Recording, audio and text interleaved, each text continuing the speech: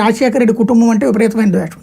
సాధారణ మనం ఫ్యాక్షన్ కుటుంబాల్లో చూస్తుంటాం, ఆ కుటుంబ పంతం వీళ్ళు చూడాలి, వీళ్ళ కుటుంబ పంతం వాళ్ళు చూడాలన్నట్టు. రాజకీయ ఫ్యాక్షనిజం అనాలేమో వీళ్ళకి. అయితే ఇందులో కుటుంబం అంతా లేదు.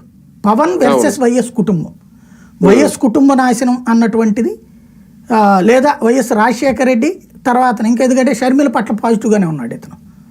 కాబట్టి రాజశేఖర రెడ్డి, జగన్మోహన్ రెడ్డి వీళ్ళిద్దరూ నచ్చంది పవన్ కళ్యాణ్కి. కానీ ఆయన అంటే పవన్ కళ్యాణ్ గారు ఎన్నికలకు ముందు ఎందుకో తనని తాను లేదంటే తన పార్టీని తాను నమ్ముకోలేకపోయారు, నమ్ముకోలేక పూర్తిగా చంద్రబాబు గారు నమ్మారు. దానివల్ల కొంతమంది జనసేనలో నమ్ముకున్న వాళ్ళు కూడా రాజకీయ నిరుద్యోగులుగా ఇప్పటికీ మిగిలిపోయారు అనేది ఎందుకు జరిగింది అలాగా? తప్పది. రియాలిటీ తెలుసుకున్నాడు అతను. తను సింగిల్గా పోటీ చేస్తే ఏమొస్తుందో చూశాడు. పోటీ చేసి తనే 2 నియోజకవర్గాల్లో ఓడిపోయింది. ఇక్కడ సంపూర్ణంగా తను ఇవాళ వెళ్ళగానే జనం ఎగబడి వస్తారు, నో డౌట్. రాజీ పడ్డారు అని అనిపించలేదా సార్? ఏ విషయంలో కూడా రాజీ పడతారు. రాజీ అనేది ఎందుకు వస్తుంది? తన దగ్గర బలం లేనప్పుడే కదా.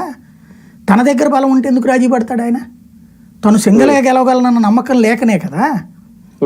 జనం విపరీతంగా వస్తారు, కానీ కులాల వారీగా ఓట్లు చీలిపోయినాయి అనేది క్లియర్ ఇక్కడ. ఆ చీలిపోయినటువంటి ఓట్లను చేసుకోవాలంటే త్యాగం తప్పదు. ఇప్పుడు తెలుగుదేశం పార్టీ వీళ్ళకి 22 ఇచ్చారు, బీజేపీ వాళ్ళకు 10 ఇచ్చారు, 21 కదా. 21, 10, 31.